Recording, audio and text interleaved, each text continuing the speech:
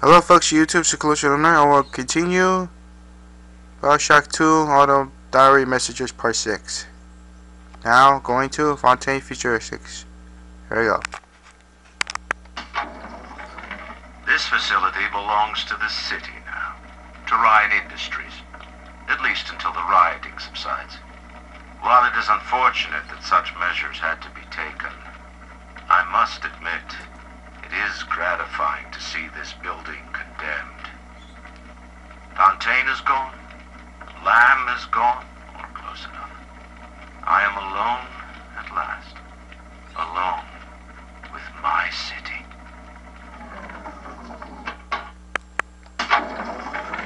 Agnes Day.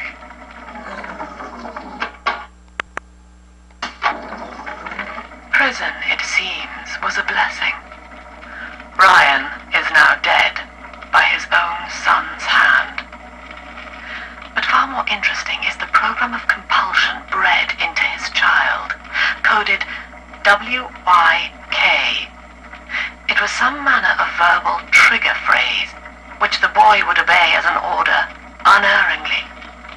In a way, this sad thing, this half-man, had escaped the self. Highly intelligent, but devoid of so-called free will, with all its convenient blind spots.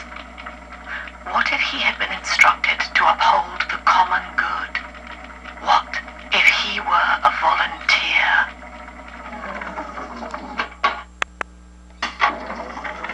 This is Eleanor Lamb speaking. It's been many years since my last diary. Mother found a way to rehabilitate me psychologically, but she can't remove this thing inside my body. I look in the mirror, and I see a freak. I remember very little. Just an artificial sense of peace and a compulsive hunger for Adam. Dr. Alexander is trying to help me adjust. He's responsible for part of my condition, but he wants to make amends.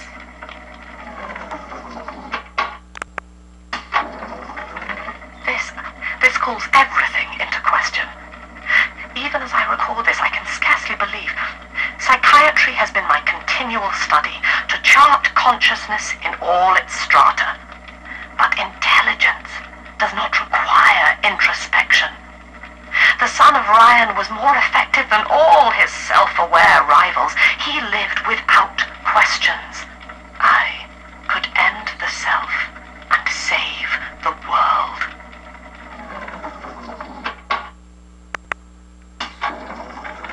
Our hope was to bond a little sister to a single protector, so she had to be expendable in case of error. As we were fabricating a father bond, we couldn't really afford to have the girl's parents asking around. So, Fontaine's orphanages provided, and the procedure was an unprecedented success. If I had only known who the child was, Eleanor, I'm so sorry. Anyone in the plasmid business ultimately requires the use of human test subjects. It's our dirty little secret. And to be frank, Rapture doesn't really want to know, provided the end product is sound. The volunteers were scarce, even as the economy buckled. A man named Sinclair approached us with a seemingly limitless supply. He rented them to us, bound and sedated. No questions asked.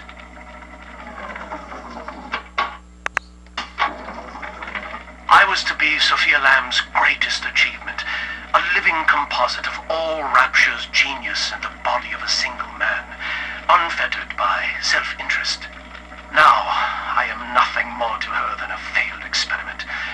My scores on tests of intelligence and moral reasoning are still noteworthy, but declining sharply. She has abandoned me, and I do not have long before psychosis takes me.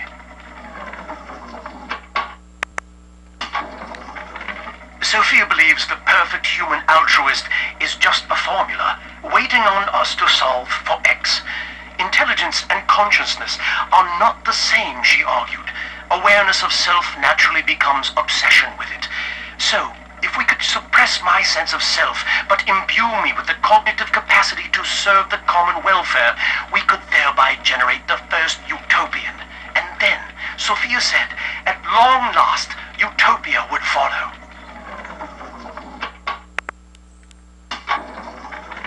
Dr. Alexander has agreed to accept both measures of the new utopian project. He will become a kind of genetic chimera, host to all the minds of Rapture, accessing their talents and memories via the Adam we have gathered. And, deriving in part from Project WYK, I have developed a new set of behavioral constraints. Dr. Alexander will live to promote the common good. His love and loyalty shall be spread evenly across the entire human race. For me, that is discipline at great personal cost. For him, at last, it will be instinct.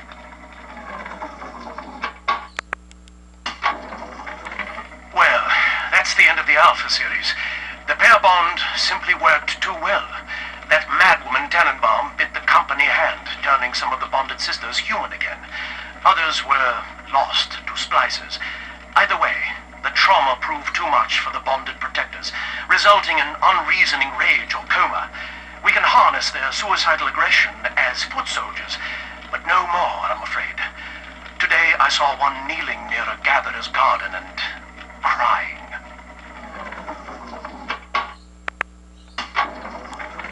Ask yourself, Mr. Meltzer, is it better to be summarily executed as an outsider caught within these grounds, or to be united not just with your daughter Cindy, but with the Rapture family as well? The choice is yours. I urge you to accept the Protector program. You will live by her side and remember nothing beyond your love for her.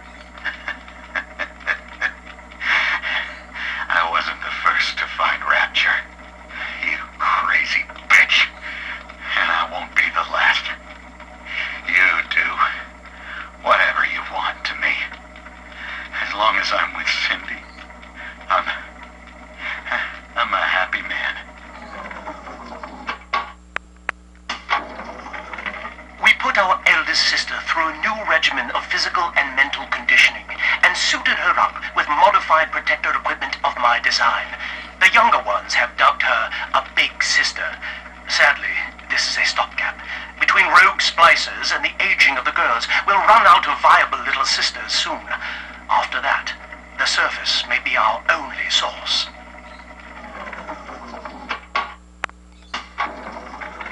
Mother has destroyed Dr. Alexander. She tried to splice him into some kind of living saint who would calculate the common good and adhere to it tirelessly. But now he's become something unspeakable. Mother's philosophy is just as corrupt as Ryan's. By her standards, it would be better to have the entire world equally miserable than to allow us to strive in our own behalf. I have to get out of here.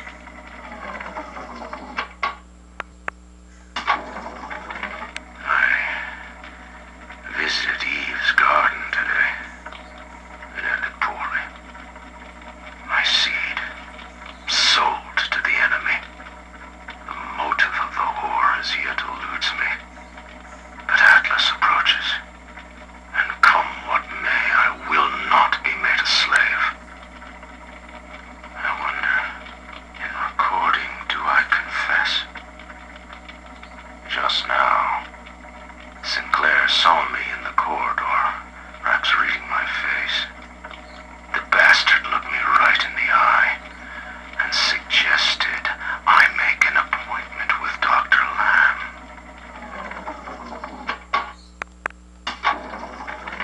Eleanor's condition may be a blessing in disguise. Early splicing tests indicate 0 genetic damage due to her condition as a little sister. It appears that she is our new vessel. This will be no mere personality schism, though. Rapture's genius will be held within her DNA, able to shift into desired patterns at will. A utopian cannot be confined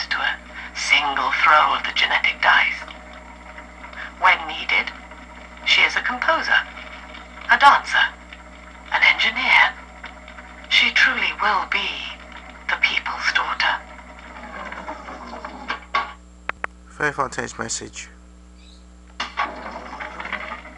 time Ryan turns up the heat, I know I'm a little bit closer to beating him at his own game. But now the game's changing. Ryan's boys are coming in heavy, looking to knock down my door and take what's mine. Like this is the first time I had to dodge a bullet. They're coming to my house expecting a show, but they're gonna get a disappearing act. Say goodbye to Fontaine, and hello to Atlas. That's the end of part 6. Going to part 7. See you next clip. Peace out.